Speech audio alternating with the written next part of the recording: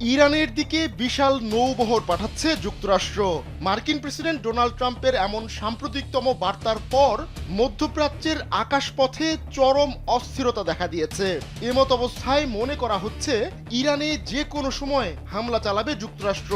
আর তাই Lufthansa, KLM, Royal Dutch Airlines ও Air France সহ বিশ্বের একাধিক শীর্ষ বিমান সংস্থা ওই অঞ্চলে তাদের ফ্লাইট বাতিল বা স্থগিত ঘোষণা করেছে। ফিনান্সিয়াল টাইমস এক প্রতিবেদনে বলছে, এই সিদ্ধান্তের ফলে ইসরায়েল, সংযুক্ত আরব আমিরাত ও সৌদি আরবে বিমান চলাচল মারাত্মকভাবে বিঘ্নিত হচ্ছে। বর্তমান পরিস্থিতির ঝুঁকি বিবেচনায় 23 ও 24 জানুয়ারি তাদের দুবাইগামী সব ফ্লাইট বন্ধ থাকবে বলে এক বিবৃতিতে জানিয়েছে Air France. KLM, Royal Dutch এয়ারলাইন্সও অনির্দিষ্টকালের জন্য দুবাই, রিয়াদ, দাম্মাম ও তেল আবিবে তাদের কার্যক্রম স্থগিত করেছে। প্রায় একই ধরনের সতর্কতা অবলম্বন করে ইসরায়েলে তাদের ফ্লাইট পরিচালনা বন্ধ করে দিয়েছে ইউনাইটেড এয়ারওয়েজ ও এয়ার কানাডাও। আন্তর্জাতিক বিমান চলাচল বিশ্লেষকরা মনে করছেন, যুদ্ধের দামামা বেজে ওঠায় বিমান সংস্থাগুলো বিমা ঝুঁকি এবং যাত্রীদের নিরাপত্তার কথা ভেবেই এমন পদক্ষেপ নিচ্ছে। মূলত গেল মাসের শেষ দিকে ইরানে শুরু হওয়া সরকার বিরোধী বিক্ষোভকে কেন্দ্র করে এই উত্তেজনার সূত্রপাত।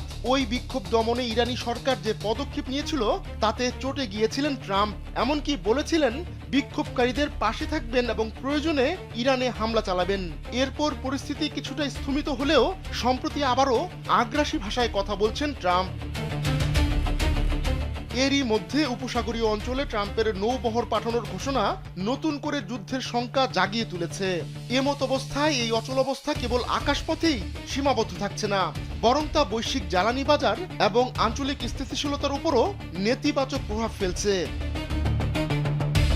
তেহরান ও ওয়াশিংটনের মধ্যে বেশ কিছুদিন ধরে এক ধরনের স্নায়ুযুদ্ধ শুরু হয়েছে, আর তার প্রভাব পড়েছে আকাশপথ সহ সব সেক্টরে। আর তাই গণহারে ফ্লাইট বাতিল করছে বিমান সংস্থাগুলো। এই পরিস্থিতিতে মধ্যপ্রাচ্যের প্রধান বিমানবন্দরগুলোতে আটকা পড়েছেন হাজার হাজার যাত্রী।